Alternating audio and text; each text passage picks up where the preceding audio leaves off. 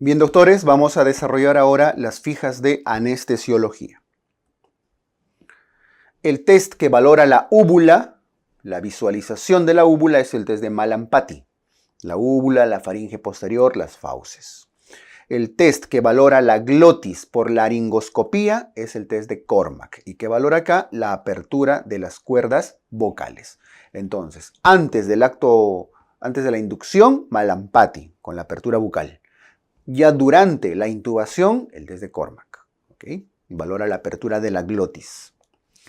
3. La distancia tiromentoniana entre tiroides y mentón, que predice una vía aérea difícil, es menor a 6 o 6.5 centímetros. Cuando es menor a eso, la distancia entre tiroides y mentón va a ser una intubación difícil probablemente.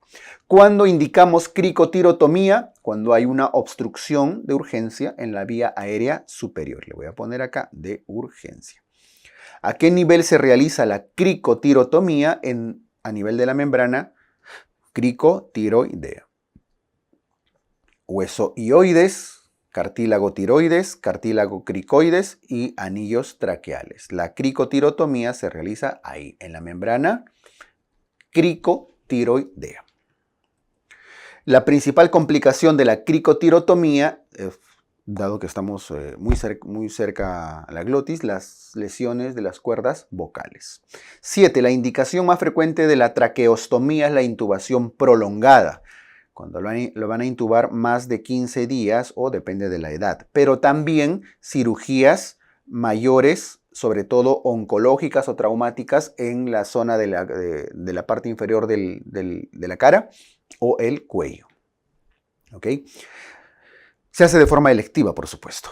8. ¿A qué nivel se realiza la traqueostomía? Entre el tercer y cuarto anillos traqueales, por supuesto, siempre debajo del cartílago cricoides.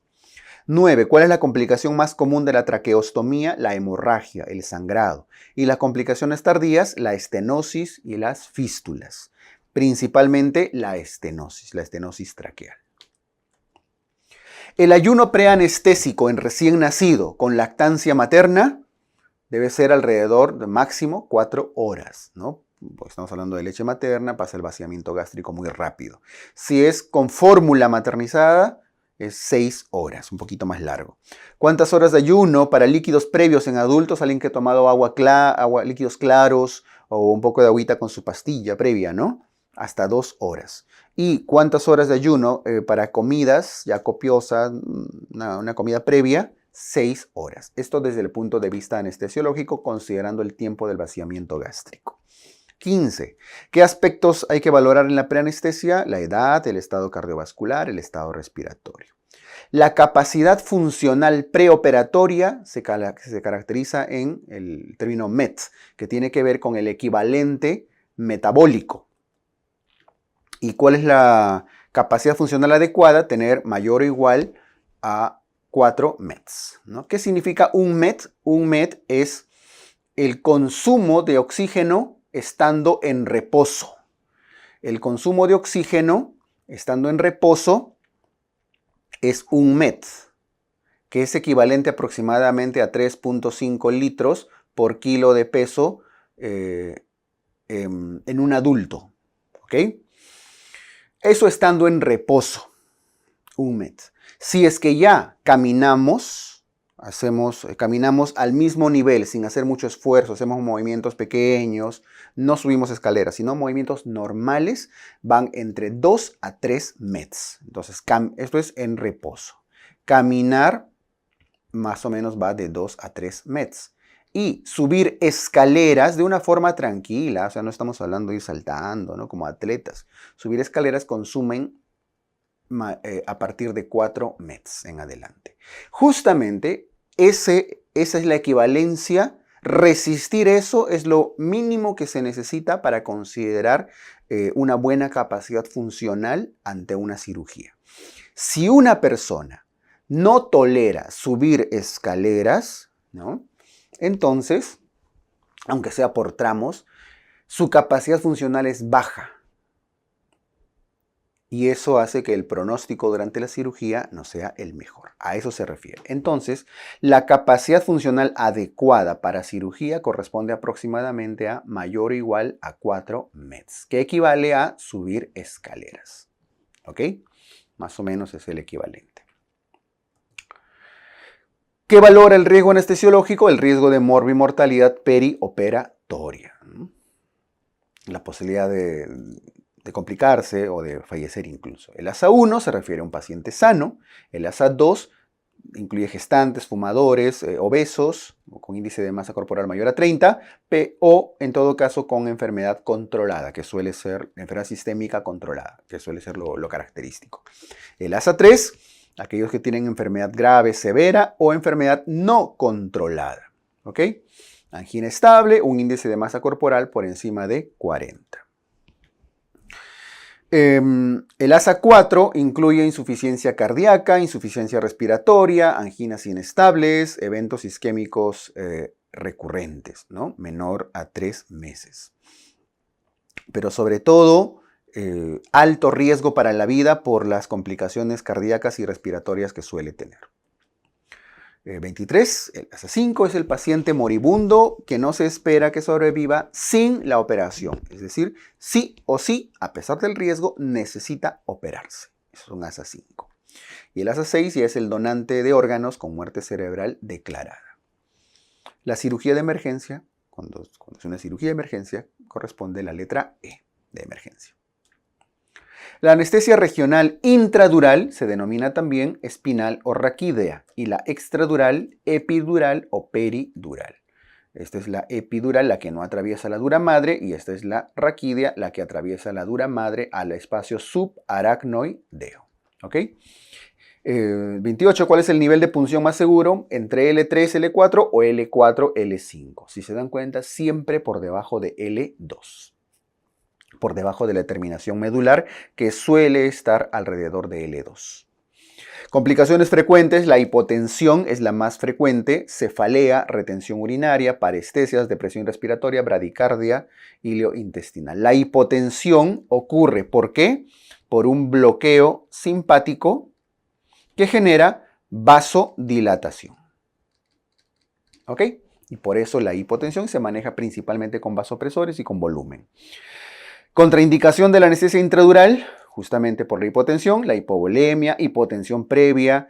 Esto es absoluto, el rechazo del paciente, no quiere, ¿no? Infección en sitio de punción, coagulopatías significativas, etc. Aquí los importantes son el rechazo y la coagulopatía, ¿no? Porque suelen ser casi absolutos. ¿Qué fármacos se usan en anestesia regional? Los anestésicos locales y los opioides. De hecho, con más frecuencia usamos anestésicos locales, sobre todo bupivacaína, ¿no? o sus similares. 32. Causa de la hipotensión, ya lo comentamos, el bloqueo simpático. Esto genera vasodilatación y en general puede llevar a la bradicardia incluso. La cefalea postpunción dural se caracteriza porque es un dolor de cabeza muy intenso que empeora cuando el paciente se sienta y mejora cuando el paciente está en decúbito, echadito. ¿Ok? El tratamiento 34 de la cefalea, el definitivo de la cefalea postpunción dural persistente, es el parche hemático epidural. Suele mejorar, pero si persiste y es muy intenso, se hace un parche hemático. Se infiltra, se forma como una especie de coágulo, ¿no? para sellar el orificio. Contraindicación absoluta de la anestesia neuroaxial, estamos hablando de la regional en esta zona, el rechazo del paciente. Coagulopatía que constituye una contraindicación, las coagulopatías constituyen contraindicaciones para la anestesia neuroaxial en general. ¿Cuál es el mecanismo de acción de los anestésicos locales?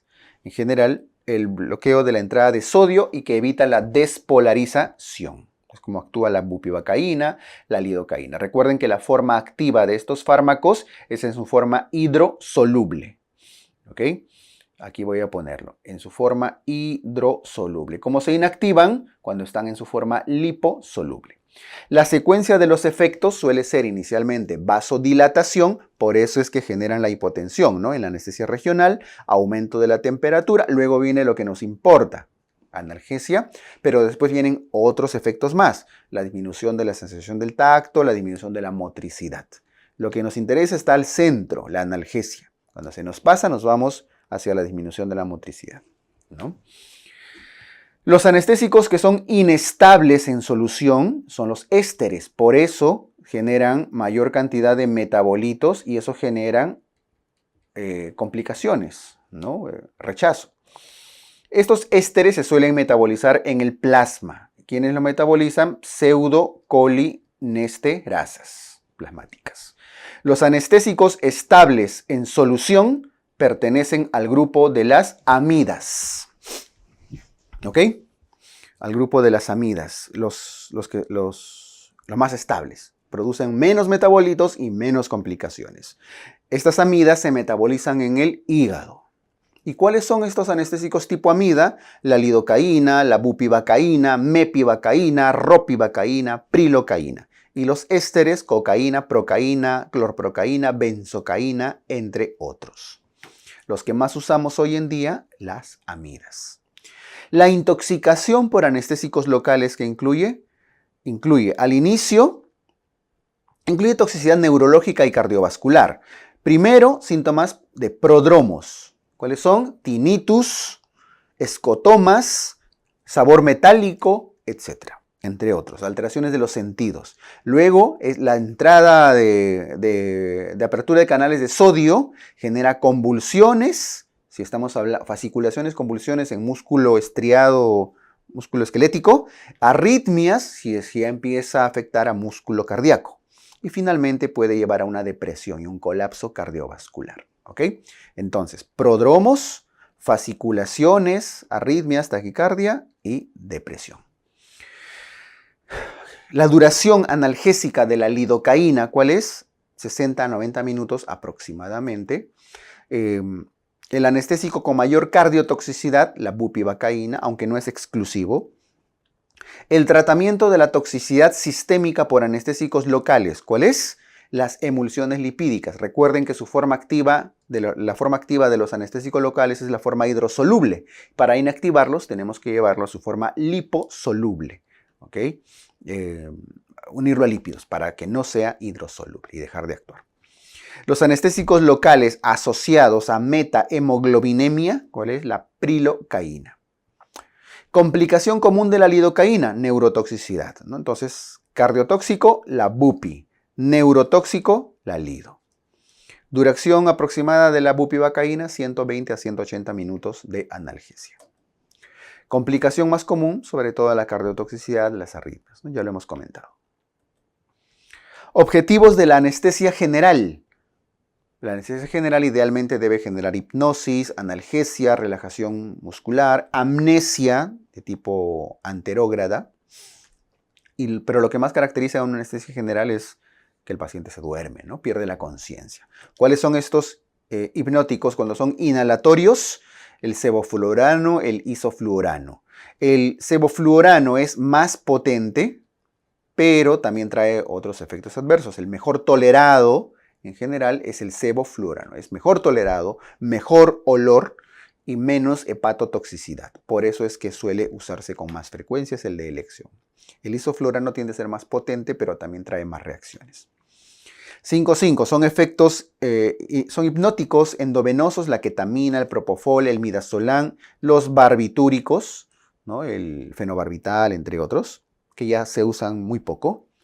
¿Cuáles son efectos de la ketamina? La ketamina es un inotrópico positivo, aumenta la presión, la frecuencia cardíaca, la presión intracraneal, la presión intraocular. Por eso hay de cuidado cuando los pacientes tienen hipertensión endocraniana, hipertensión arterial, glaucoma, ¿no?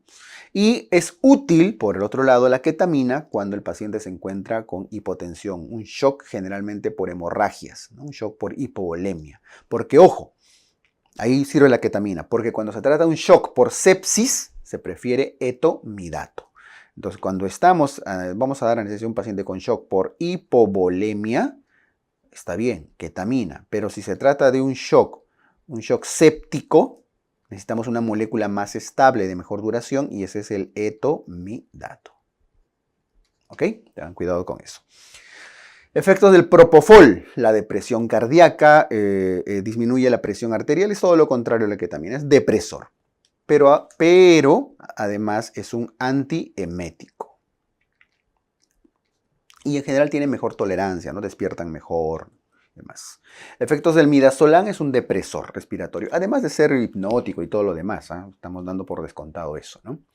5.9. Son relajantes neuromusculares no despolarizantes. Si no despolarizan, rocuronio, becuronio, pancuronio. El rocuronio y becuronio para cirugías cortas y el pancuronio para cirugías largas. ¿Ok? Muy bien. 60. Son relajantes neuromusculares despolarizantes, la succinilcolina.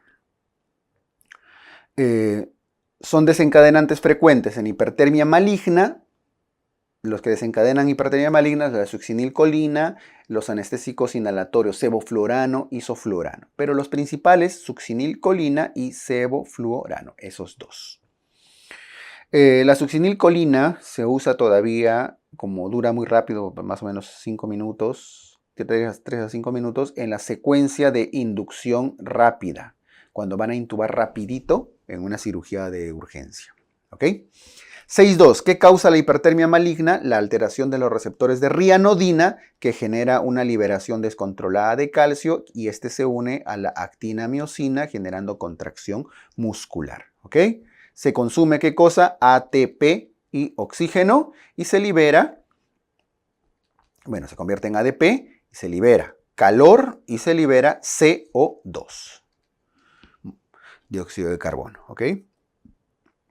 El tratamiento en la hipertermia maligna es dantroleno.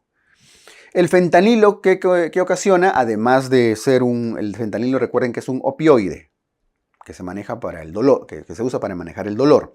Además ocasiona depresión respiratoria, depresión cardíaca, depresión nerviosa, etc. Agente intravenoso que produce anestesia disociativa. Cuando les hablan de anestesia disociativa, la ketamina.